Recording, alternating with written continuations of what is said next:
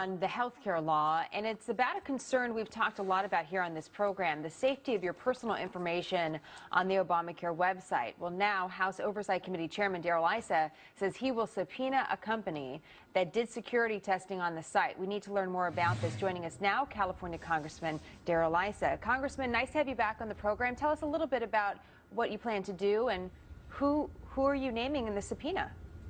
Well, thank you, Jenna. Last night, 70 days after the launch of the ObamaCare website, I issued a subpoena to MITRE Corporation, one of the lead IT providers, and one that all indications are gave warnings of real security flaws on the day of the launch. I waited 70 days, 10 days after President Obama said, mission accomplished, we're all fixed and up and running. Now we need to make sure that all of those gaps have been filled. All of those security shortcomings have been corrected. And of course, the new ones that pop up whenever you're modifying software. What do you want to find out from this company? Well, first of all, we need to see clearly the unredacted forms of what these exact gaps were and why the decision was made to go forward in a launch when they hadn't been fixed. But more importantly, our investigators need to have this material as we ask individuals at Health and Human Services and other agencies about what they knew, when they knew it, and why they made the decisions they made before, during, and of course, even after the launch of the website. And what will that tell you? What do you hope to achieve? Well, I think, quite frankly, as we look at IT reform and process reform, we really need to make sure that the next time the signature legislation or the not-so-signature legislation of a president is being worked on at the cost of hundreds of millions of dollars, that those dollars aren't being wasted. In this case, every time this website doesn't do its job, potentially millions of people and billions of dollars get wasted. So I'm using this term, and you can correct me if it's not the right one. Your accusation of MITRE, the company that did some security checks, is that they didn't do the security checks right, or did they do the security checks right and they warned our government of the problems, and our government went ahead regardless of that? What exactly is the time frame that you're looking at, and what is that going to tell you? That's a great question, and I want to put it in context.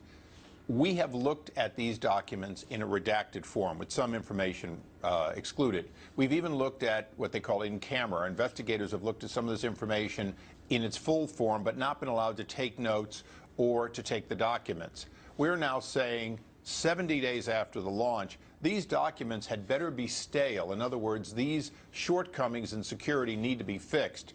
And the assertion that somehow these are not appropriate for us to look at to make sure that what needed to be fixed was fixed gets fixed.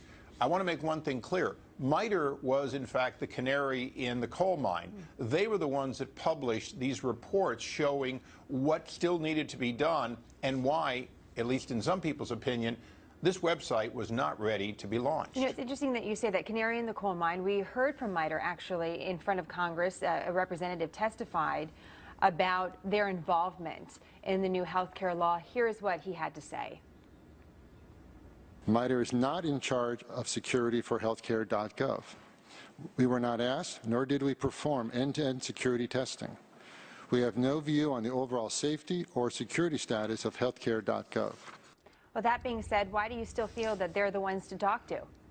Well, because they produced documents that we've been made aware of that show not end-to-end failures, because this was never tested end-to-end, but piece-by-piece security gaps. You know, and many on the other side would say, well, if these documents become public, this is a roadmap to hackers. Well, Jenna, there are hackers every day going after this website. If these known flaws that existed on October 1st haven't been fixed, then not just for the first 60 or 70 days, but even today, we could have vulnerability. Congress has a responsibility, especially when there's been an agreed, known, colossal failure, to make sure the fixes have been done, especially when the President of the United States and his cabinet are saying at the end of 60 days, it's been fixed, it's working. Sure. We need to make sure from a safety standpoint that it is. And Congressman, what's your timeline on that? As being a representative of your voters and also serving on oversight, obviously, which is a very important job. You're mentioning looking backwards in order to look forwards and do a better job next time, but also to make sure that we're secure now. I mean, realistically, when do you think you'll be confident that this website is secure? Well, I think that you're never completely confident. No website is perfect, and nor do we pretend that there won't be future bug fixes. The question is, the ones that were known prior to October 1st, have they all been properly patched, and has there been an end-to-end stress test on this site so that we can be confident that at least it meets the standards that eBay or Craigslist or Yahoo would have for their sites? You know, that's really the challenge here, is we spent more federal dollars to do a bad job than private sector free enterprise entities would have spent to do a good job. And we need to stop doing that. One thing that I'd like to put a little pitch in for, we have bipartisan legislation that needs to move forward that really changes the structure of how government does IT procurement to make it much more like you would do it in the private sector in order to get value for your stockholders. Well, I'll take a bipartisan pitch any day.